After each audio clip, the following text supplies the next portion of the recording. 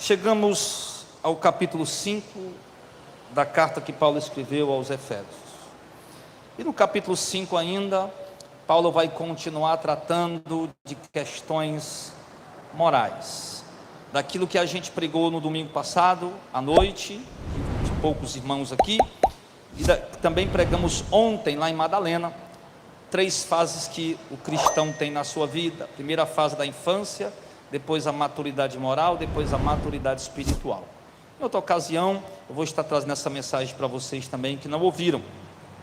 Mas, ainda dentro dessa visão, o crente, ele precisa, primeiro de tudo, ter uma infância espiritual, onde ele aprende um bom ensinamento, ele é bem educado, bem instruído. Sabemos que toda criança bem instruída, bem educada, ela vai crescer e vai ter a grande probabilidade de ser um cidadão de bem. Na vida espiritual, no conhecimento da palavra de Deus, ele vai ter a grande probabilidade de se desviar do pecado, do mal, enfim, servir a Deus. Se na criança no caminho que deve andar, quando crescer, não se desviará dele. Isso no sentido, mesmo você sendo adulto na sua idade, o tempo cronos, tempo cronos, acho que a palavra é essa, mas o tempo cronos, o tempo cronos. Mas no espiritual, no tempo de Deus, você ainda é criança, está começando criança. Aí você precisa avançar, ir para a fase da maturidade moral. E da fase da maturidade moral você vai passar para a fase da maturidade espiritual, onde você vai ter a capacidade não só de viver a palavra, como de instruir pessoas.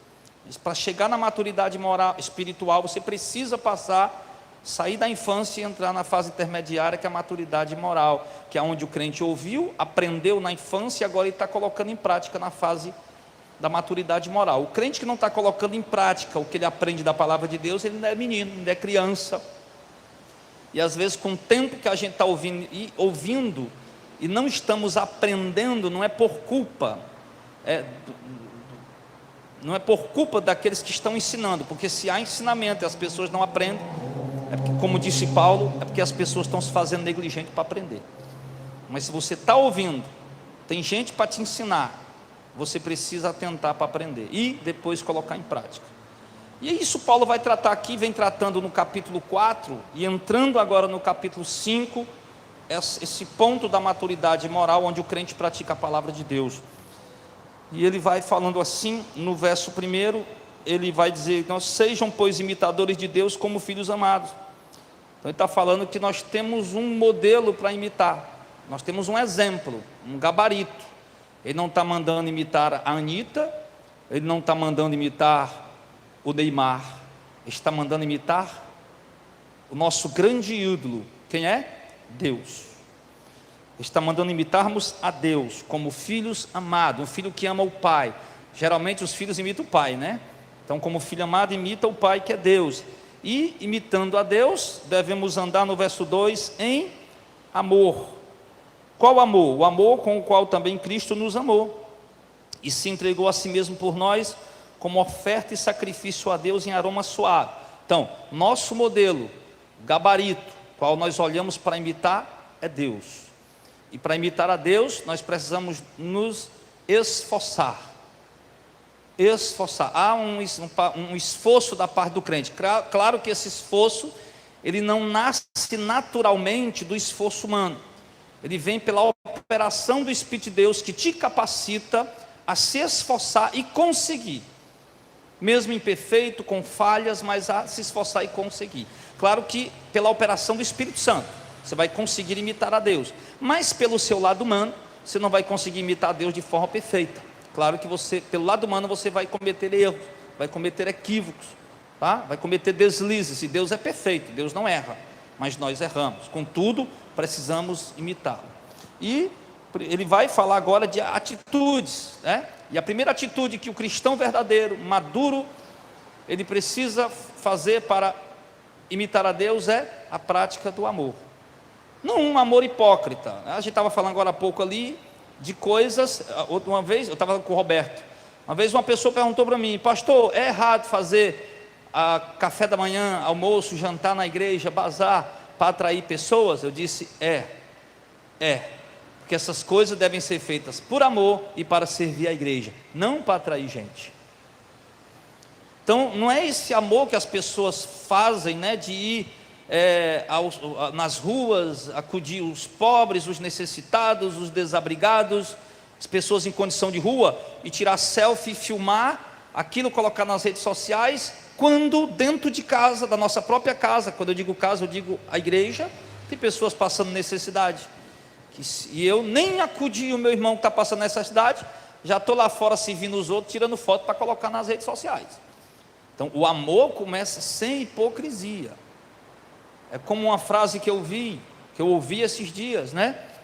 Não conte para ninguém, conte para todo mundo o que Deus fez por você, mas não conte para ninguém o que você fez por Deus, né?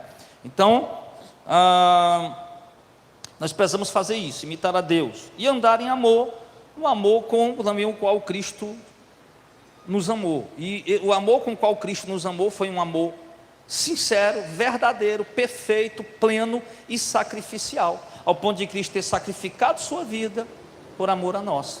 Então, quando ele fala de amar, nós amarmos aos outros, isso algumas vezes vai requerer sacrifício da minha parte.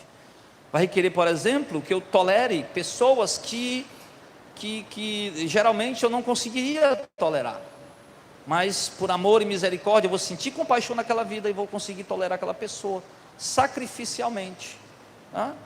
Fazer coisas que por amor, muitas vezes eu nem estou, por exemplo, um irmão necessitado, eu senti compaixão daquele irmão, amor verdadeiro pela vida dele, e eu nem estou com condição de ajudar, mas eu senti tanto amor que eu me sacrifiquei, peguei do pouco que eu tinha e reparti com o meu irmão.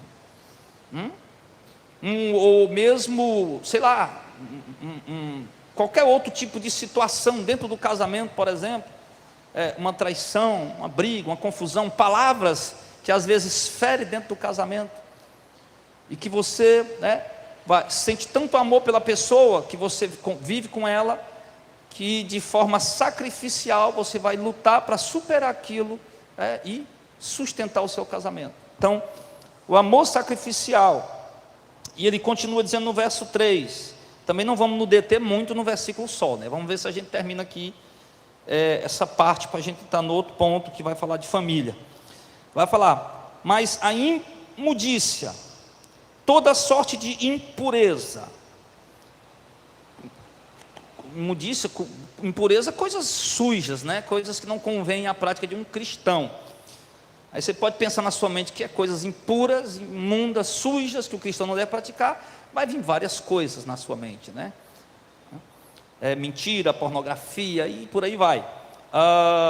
Cobiça, nem sequer se nomeia entre vós como convém a santos. Então, continua dando a lista aqui, vai para os próximos pontos. Ele falou que nós temos que ter amor, e o amor, ele é a base da estrutura da construção da vida do crente. O crente vai estruturar a sua vida em cima do amor, porque Deus é amor, nossa alicerce é sobre o Evangelho, sobre Cristo, e então, consequentemente, nós não vamos praticar a imundícia, a impureza, já está dando bronca já? A imundícia, a impureza, a cobiça, que é aquela inveja maligna, né?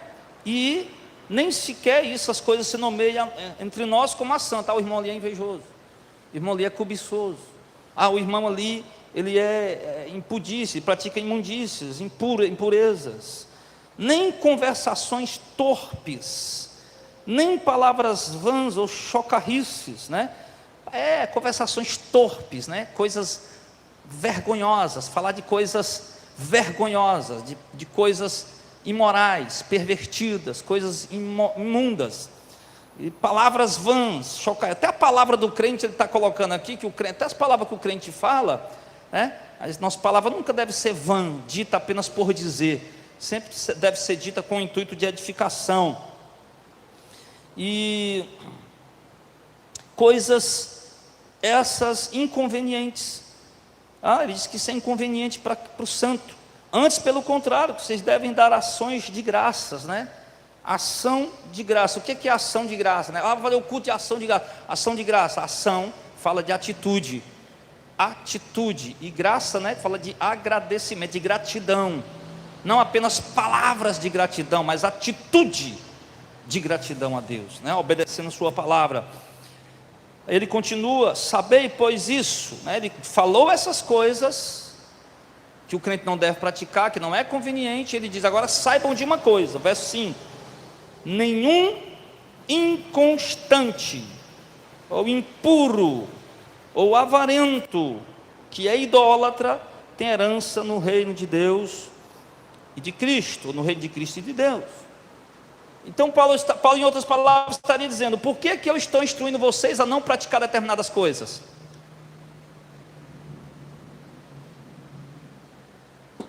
Por que eu estou instruindo vocês a não praticarem determinadas ações e a mudarem seu comportamento, suas ações? Porque os que estão praticando essas coisas, que não têm uma continuidade em praticar a palavra de Deus, a vontade de Deus, que são impuros, que são avarentos, que ele compara a avareza com a idolatria. O que é avareza? Apego sórdido, não só ao dinheiro, mas às coisas materiais. O que é sórdido? Coisa imunda, um apego imundo, sujo a coisas materiais. Você coloca os bens materiais, as coisas materiais, dinheiro, acima de qualquer outra coisa. Então, as coisas materiais são para nós usufruir, para nos servir, mas não para nós sermos escravos delas ou termos ela como ídolo. Então ele chama isso de idolatria. Aí ele vai falar aqui que as pessoas que praticam essas coisas não têm herança no reino de Deus e de Cristo. O pastor está falando que perde a salvação? Não. Ele está falando que se a pessoa pratica isso, ela está mostrando com suas obras, atitudes, com suas ações, de que ela, embora esteja no meio da igreja, mas ela não é salva. Ela é apenas uma pessoa convencida de que aquela religião ela é a melhor, aquela religião ela é mais interessante, mas ela não é convertida. Ela não teve um encontro com Deus, ela não nasceu de novo. Ela até por um momento tentou imitar as práticas daquela religião, mas ela não conseguiu, porque ela não tem o Espírito, ela não nasceu de novo, ela não tem continência, ela não tem continuidade. Não vão herdar o reino de Deus e de Cristo. Aí ele vai falar no verso 6, vai dizer: não deixe ninguém enganar vocês, ninguém vos engane com palavras vãs. Você não deixe ninguém iludir vocês, porque por essas coisas vem a ira de Deus sobre quem? Sobre quem? Os filhos da desobediência. Olha como é gente que não é salvo, Marcelo. Filhos da desobediência, estão na igreja, mas não são filhos da obediência, são filhos da desobediência, estão na igreja, no meio da igreja, mas não pratica a palavra de Deus, não vive a palavra de Deus. Ele não está falando aqui de perder a salvação, ele estava de gente que é filho da desobediência. É aquela velha passagem que Jesus falou, que o campo onde se planta a boa semente, a má semente, o joio e o trigo. A pescaria, onde se pega peixe bom e ruim, peixe bom no cesto, peixe ruim fora. Então, é isso, que o reino de Deus, a mensagem do reino de Deus, ele atrai todo tipo de gente, todo tipo de pessoas, mas não quer dizer que todo mundo que está ali é convertido, todo mundo que está ali é salvo. Por isso que eu preguei um certo dia, o teste da salvação, para você saber se é salvo. Eu não sei se eu preguei aqui, eu preguei no YouTube, que eu acredito que, ou pelo menos vocês deveriam assistir o canal do YouTube, porque lá eu ensino muito mais do que aqui, Aqui a gente se encontra uma vez por semana, duas às vezes, aí lá não, praticamente todo dia. Então, ele vai falar, que as pessoas, isso não deixe ninguém enganar vocês de maneira alguma. Não, mas não tem problema não, pode praticar isso, pode praticar aquilo, não deixe ninguém te enganar, porque isso é prática de filho da desobediência, e você que está praticando isso, é porque você é filho da desobediência, não tem salvação para você, não se iluda. É tanta gente certinho na igreja, mulheres que não usam mais determinado tipo de roupa, que agora se vestem mais adequadamente, que vive uma vida de aparência, mas que na verdade suas práticas são práticas de alguém que não é convertido. Gente que está indo para a igreja porque tem uma campanha. Está falando com o Roberto ali, 3 anos praticamente o trabalho em Messejana, e continua lá aquele pequeno número de pessoas, porque ele estava dizendo que essa pregação não é para atrair multidão, Agora, chegue lá, porque isso aí eu sei fazer, porque eu fazia campanha. Se eu, ó irmão, vou dizer com toda certeza, pela carne, se eu quisesse lotar esse lugar aqui em pouco tempo, pela carne eu lotaria, eu lotaria, eu. Não era Deus não, era eu. Eu lotaria esse lugar aqui pela carne, pouco tempo. Mas eu não quero isso, não é isso que eu quero, uma igreja inchada. Bastava fazer o quê, pastor Adel? Bastava começar a pregar fogo de novo, pregar fogo, pregar triunfalismo, pregar promessas terrenas, riqueza, conquista, fazer campanha. E começar a criar um misticismo aqui entre vocês, com campanhas, amuletos, meu irmão, e nós divulgando aí em cartaz, em panfleto, na rádio, na internet, na televisão. Oxe, meu irmão, daqui a pouco, botando os irmãos para dar testemunho, aí porque o pastor fez isso, eu alcancei minha bênção, eu alcancei minha vitória, e vem para cá, Brasil, daqui a pouco esse lugar já está lotado. Pela carne. Não é isso que queremos. Nosso alvo é o céu. Nosso alvo é as mansões celestes. Então, não se iluda. Há pessoas, muitas pessoas, multidões, milhões de pessoas religiosas, mas como eu diz aqui, que são filhos da desobediência, que praticam o que a religião ensina, mas não pratica a palavra de Deus.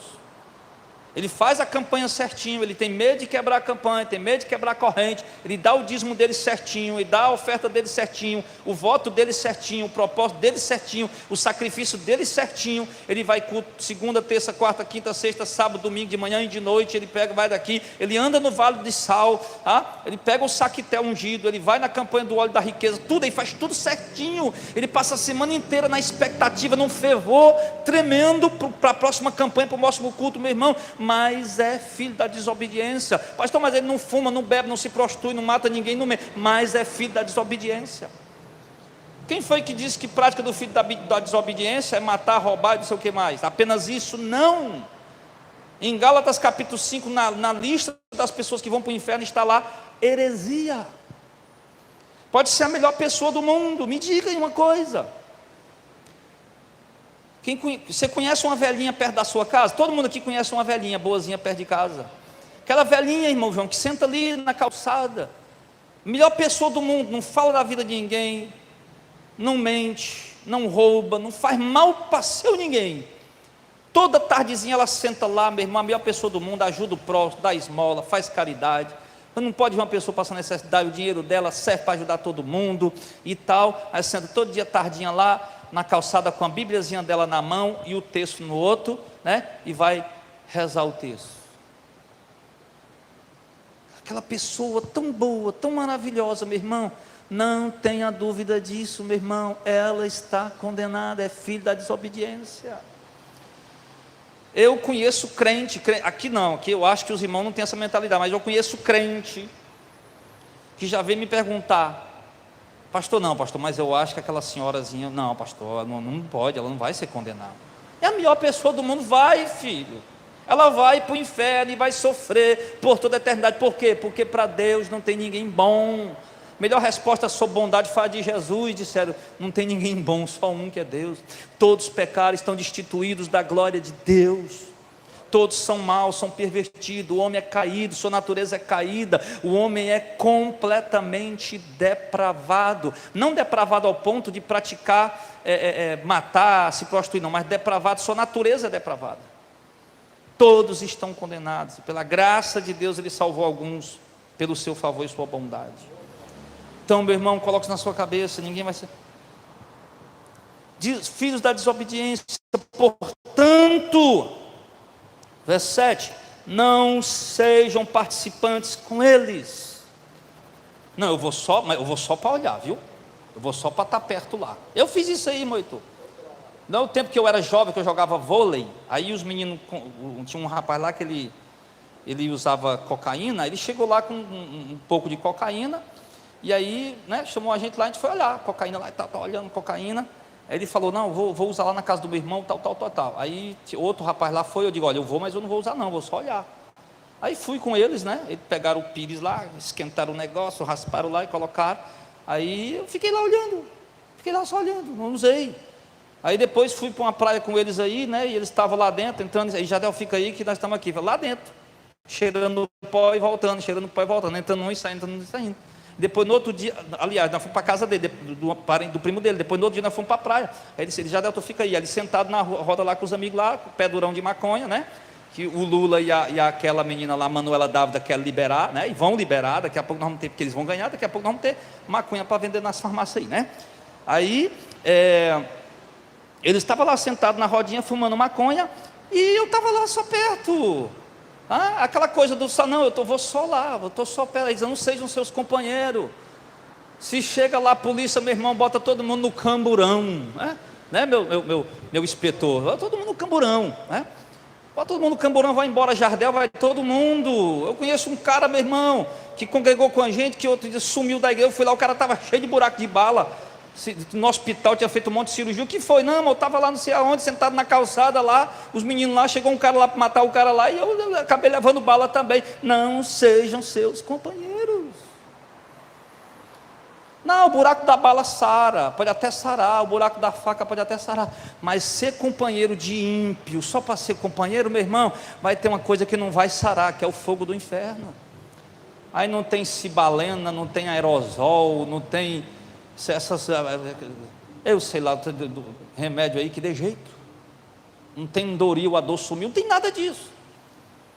Então não sejam seus companheiros. Está falando aqui, irmão, agora você é crente, você é convertido, você é santo, muda o teu rumo de vida, tuas práticas, muda até tuas amizades. Tem que acontecer isso. O cara é convertido, o irmão é convertido, aí eu me lembro de tantos exemplos. Se fosse contar exemplo aqui, que eu não gosto de pregação, onde o pregador lê o texto e vai contar a história. Eu gosto de pregação, o pregador lê o texto e vai explicar, né? Mas tantos exemplos, irmão, de pessoas que teve com a gente em outro lugar que eu congreguei tudo, e estava lá com a gente, se converteu, e a gente terminava o culto, ia para a calçada do irmão, conversar, bater um papo, e ele ia lá para o meio dos ímpios, dos amigos ímpios. Eu disse, meu irmão, sai disso. Não, eu vou para lá, mas eu sou forte, eu não vou cair. A hora não vai cair. Tacou o rabo no chão, tacou as ventas no chão, os beiços no chão, caiu, quebrou-se. Não sei, seus companheiros. Pois, por que, Paulo? Verso 8, pois outrora vocês eram trevas, mas agora vocês são luz, não qualquer luz, mas luz no Senhor. Então andem como filhos da luz. Isso é ação de graça, obra de quem está em Cristo, obra de gratidão, de obediência. Vocês outrora eram trevas, aquele era o convívio normal de vocês, na prostituição, no pecado, em tudo que não. Hoje vocês são luz, então andem como filhos da luz. E não é qualquer luz, porque para o mundo toda religião é uma luz, né? Mas é a luz no Senhor, Cristo. No Evangelho, como disse o salmista, tua palavra é lâmpada para os meus pés, a luz da palavra de Deus. Verso 9, porque o fruto da luz consiste em toda bondade, justiça e verdade. Olha que coisa interessante. Bondade, tem muita gente que pratica bondade. Justiça, tem muita gente que pratica justiça. Agora, a verdade, só realmente quem é em Cristo. Porque ele não fala de uma verdade relativa. Verdade relativa qual é? O Netinho torce qual time, Netinho? Vasco? Ave Maria, Jesus amado. Netinho torce São Paulo e eu torço o Flamengo, né? Eu torço o Flamengo, eu gosto do time do Flamengo, embora eu passe o ano sem assistir jogo, né? Mas eu assisto, né? É difícil, eu passei um ano sem assistir jogo do Flamengo, faço outro dia, não tinha mais emoção nenhuma. Mas enfim, eu torço o Flamengo. Então, relativamente, a verdade é que para o Neto, São Paulo é melhor. Para mim, o Flamengo é melhor. Para o Neto, o São Paulo, quem vai ganhar o campeonato brasileiro? Para mim é o Flamengo. São verdades relativas. Mas o Evangelho não é uma verdade relativa, o Evangelho é uma verdade absoluta, que não depende da minha opinião, nem da opinião do Neto, é a palavra de Deus, nem a opinião de Deus, é a palavra, decreto de Deus. Então, ele diz, o fruto da luz. O que é o fruto da árvore? É aquilo que identifica a árvore, não é verdade? Rapaz, que árvore é essa? Eu não estou conhecendo que árvore é essa. Espera aí, deixa eu ver aqui. Uma mangueira. Por que você sabe? Eu estou vendo uma manga ali. Então, o fruto é o que identifica a árvore. Embora você não saiba que árvore é aquela, mas quando você vê o fruto, está aí, é uma laranjeira, enfim. Então, o fruto identifica a árvore, o fruto que vai identificar o cristão verdadeiro é a prática da bondade constante, da justiça constante. Ele faz o que é justo. É como eu digo às vezes, eu vou ouvir um casal, o casal está em conflito. Irmão, eu nunca escuto um casal puxando para nenhum dos dois lados. Eu estava até falando que a minha esposa não veio hoje, a bichinha, né? Ficou lá no interior, a mãezinha dela vai completar ano, né? Ela foi lá. Aí está lá, só volta quinta, se Deus quiser. Aí eu disse esse dia, eu não gosto de aconselhar casal com a Viviane. Porque a Viviane, ela vai conversar, aconselhar o casal, ela pende mais emotiva do lado da mulher. E eu digo, não, eu escuto, meu irmão, eu sou igual eu escuto e eu não quero nem saber, eu vou seco. Eu não tenho simpatia por nenhum dos dois, nesse sentido. Escuto, quem está certo, quem está errado. E tem que praticar justiça e não pender para um lado. E praticar a verdade de Deus, não é qualquer verdade, de Deus, não é a verdade da religião, da denominação, é a verdade do Evangelho. E verso 10, provando sempre o que é agradável ao Senhor, e não sejam cúmplices nas obras infrutíferas das trevas, antes porém reprovem-nos. O que é ser cúmplice? Ser cúmplice é participar de um crime de forma indireta. Você é cúmplice só porque você estava perto. Não, eu vendi só a arma. Cúmplice. Não, eu fiz só dirigir o carro. Cúmplice. Não, eu fiz só amarrar a mão, eu fiz só ligar e chamar para a pessoa vir para o lugar. Eles que cúmplice. Não ser cúmplice, meu irmão, é culpado. Não sejam cúmplices.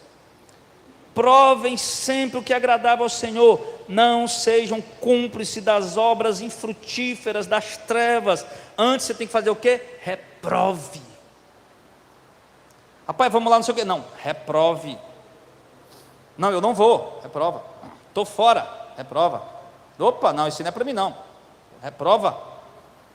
Não seja cúmplice, não esteja perto, não esteja próximo, não participe, mesmo que indiretamente, não esteja no círculo de amizade dessas pessoas que fazem isso. Sai fora, pula fora, corre, foge. Vai pela tua vida. Por quê? Porque o que eles fazem oculto, só em fazer menção é vergonhoso. Mas todas as coisas, quando reprovadas pela luz, tornam-se manifestas, porque tudo é manifesto pela luz, não é verdade? Olha o exemplo maravilhoso que ele está dando. Você chega num galpão desse aqui de noite, no quarto da tua casa de noite, tudo apagado, você não está vendo nada, aperta o botãozinho de interruptor, a luz acende, você passa a ver tudo, não é isso? Então, todas as coisas são reprovadas pela luz, se tornam manifestas, porque a luz revela tudo, manifesta tudo. Pelo que diz, desperta tu que está dormindo, levanta-te dentre os mortos e Cristo te iluminará. Aqui ele não está falando da morte física, no sepulcro, está falando de uma morte espiritual. Você que está dormindo, você que embora esteja na igreja, está dormindo, está morto espiritualmente, ele está dizendo aqui, desperta, acorda. Cristo vai te iluminar. Acorda, criatura, desperta, criatura. Cristo vai iluminar a tua vida.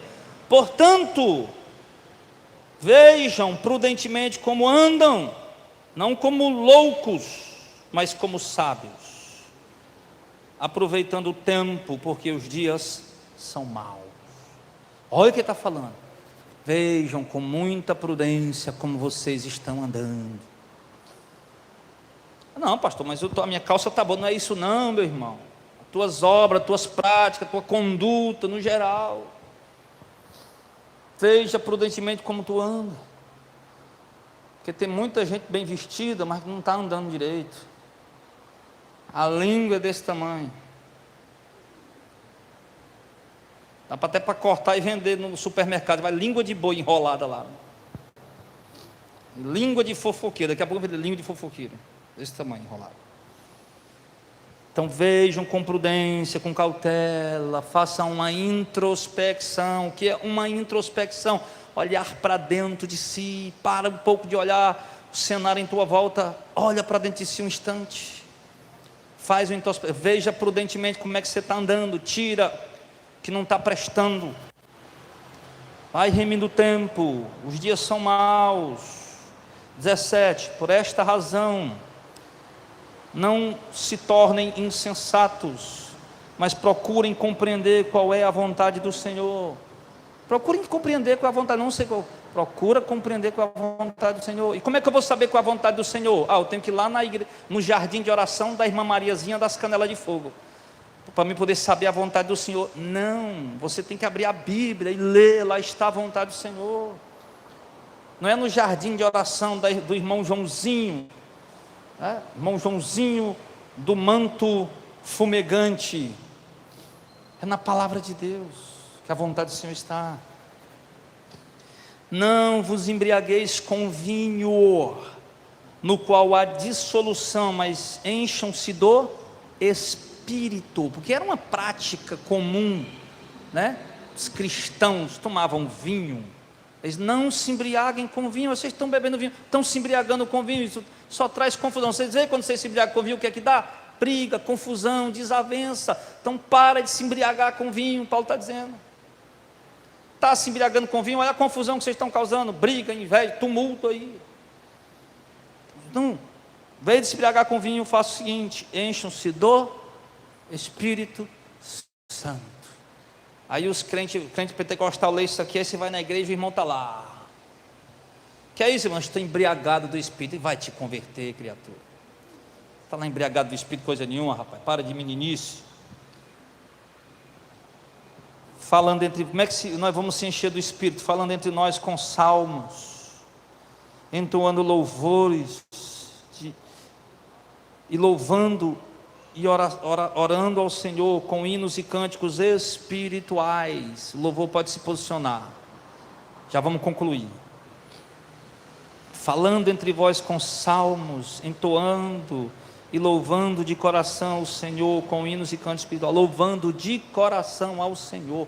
O louvor nunca é uma mera apresentação. Eu falei, outro dia fiz uma reunião aqui com os meninos do louvor, os meninos e as meninas do louvor. Eu falei, qual o papel de vocês aqui? Não é cantar, simplesmente cantar. Vocês estão aqui para conduzir, vocês são os maestros do louvor. Vocês estão aqui para conduzir a igreja a louvar a Deus, a adorar. Esse é o trabalho de vocês. Não pode só chegar aí, cantou e pode botar, não. Conduz a igreja a louvar o Senhor. Então, cante entre vós, louvores, cânticos espirituais, orem. Deem sempre graças a Deus por tudo. Deem sempre graças por tudo ao nosso Deus e Pai, em nome de Jesus Cristo. Dê graças a Deus pelas coisas boas, não apenas, por tudo. Tem coisa ruim também que a gente tem que dar graças a Deus. Coisa ruim que acontece na nossa vida, prova, tribulação, adversidade, nós temos que dar graças a Deus também por elas. Tem coisa ruim que acontece na nossa vida que vem para o bem, vem para acordar a gente, para despertar a gente. E diz aqui, deis sempre graças a Deus por tudo, em nome do nosso Senhor Jesus Cristo. Deixa eu te perguntar, você vai dar graças a Deus lá no motel traindo tua mulher? Pai, graças a Deus que eu estou indo para o motel com essa mulherzona aqui. Eita, que hoje eu vou me esbaldar. Eita, graças a Deus que hoje, rapaz, eu consegui roubar o dinheiro que estava na carteira do fulaninho ali. Olha, o dinheiro dando moleza ali, eu peguei, 100 conto ali. Graças a Deus que eu consegui. Você não vai dar graças a Deus por isso. Graças a Deus que agora eu vou ver, graças a Deus não tem ninguém aqui, que agora eu vou ver pornografia. Eita, graças a Deus que aquela mentira que eu contei, rapaz, foi uma benção. Você não vai dar graças a Deus por essas coisas. Então, assim, dê graças a Deus por tudo. As práticas que você for fazer, se você puder dar graças a Deus por ela, faça. Se você não pode, então não faça. Não é simples? Eu vou fazer uma coisa. Não, isso aqui que eu vou fazer, não posso dar graças a Deus, não. Então não faz. Não, isso aqui que eu vou fazer, posso sim dar graças a Deus, né? Então faça. Então, aí concluindo, verso 21. Sujeitai-vos uns aos outros no temor do Senhor. Sujeitar uns aos outros. Aqui é para mostrar, irmão, presta atenção aí, os ungidos do Senhor que escravizam as pessoas. Ungidos do Senhor, entre aspas, que escravizam os irmãos, o rebanho de Cristo. Pedro diz: nós não somos dono do rebanho, somos servos do rebanho. Estamos para servir o rebanho, trabalhar pelo rebanho. Então ele está falando aqui que nós temos que, não é se sujeitar ao pastor, não é se sujeitar como escravo ao, se sujeitar uns aos outros. Eu devo respeitar uns aos outros. Eu não vou respeitar o pastor mais do que eu respeito o pastor, mas o irmão ali eu não respeito muito não, porque ele não é pastor, ele não está lá na frente de gravata e paletó. Eu até respeito o pastor Jadel, mas eu respeito mais aquele outro pastor, porque ele anda de terno e gravata, ele só prega terno e gravata, eu respeito mais ele. Está errado isso. E respeitar uns aos outros, irmão, não é pela aparência, pelo terno, pela gravata. Acho que é bem pouquinho pastor que vem pregar no culto de Santa Ceia de camisa gola polo. Eu estou lá me preocupando, meu irmão. E mostra na Bíblia aí qual era o guarda-roupa que Paulo usava para pregar. Paulo, você vem pregar hoje em Atenas? Vou sim, meu irmão, vou, agenda aí. Eita, diz a galera aí que vai ser muito fogo hoje. Onde é? No Areópago, em Atenas hoje. Paulo de Tarso em Atenas hoje, dando o seu testemunho. Aí Paulo vai lá na grife, né? Aquelas grifes de shopping aí, diz o nome de um aí. Fala aí, Marcelo, tu que trabalha em shopping, diz o nome de uma grife de shopping aí, bem cara. Zeffirelli, aquele do jacarezinho.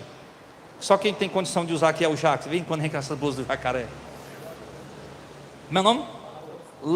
Lagosta. Vai com a grife do jacaré Lacoste. Aí o Paulo vai lá, eita, que hoje vou pregar no Areópago, lá em Atenas, é a oportunidade da minha vida. De lá eu vou sair para o mundo, olha, vai ter muito convite, muita agenda. Aí Paulo vai lá na Lacoste. Paulo vai na Lacoste, aí compra o terno da Lacoste, a calça da Lacoste, o sapato da Lacoste, gastou R$8.000 para poder pregar no culto. Irmãos, esta noite, aleluia, Deus está nesse lugar. Quem tem glória dá glória. Eu estou sentindo Deus aqui. Eita papai, manda mais. Não, meu irmão. Qual era a grife que Paulo usava para pregar? Qual era? Quem sabe? Os pregadores, já falei para eles. A roupa do cotidiano. Paulo usava o que? Manto, né? Manta, aquelas rouponas, vestidão comprido. Paulo vai pregar no Areópago, Paulo ia lá. Paulo estava lá fazendo tenda, costurando as tendas. Paulo vai pregar no Areópago, deixa a tenda, a agulha aí, vai lá no Areópago, limpa as mãos. Opa, lava as mãos, passa água aqui no rosto aqui, vem pregar no Areópago, com a roupa do cotidiano. O povo hoje criou uma besteirola grande sobre isso aí. Então, pessoal, vamos respeitar uns aos outros, sujeitar uns aos outros no temor do Senhor, ok? Vamos ficar em pé em nome de Jesus, vamos orar. E vamos para o momento cadê os obreiros que vão servir a ceia?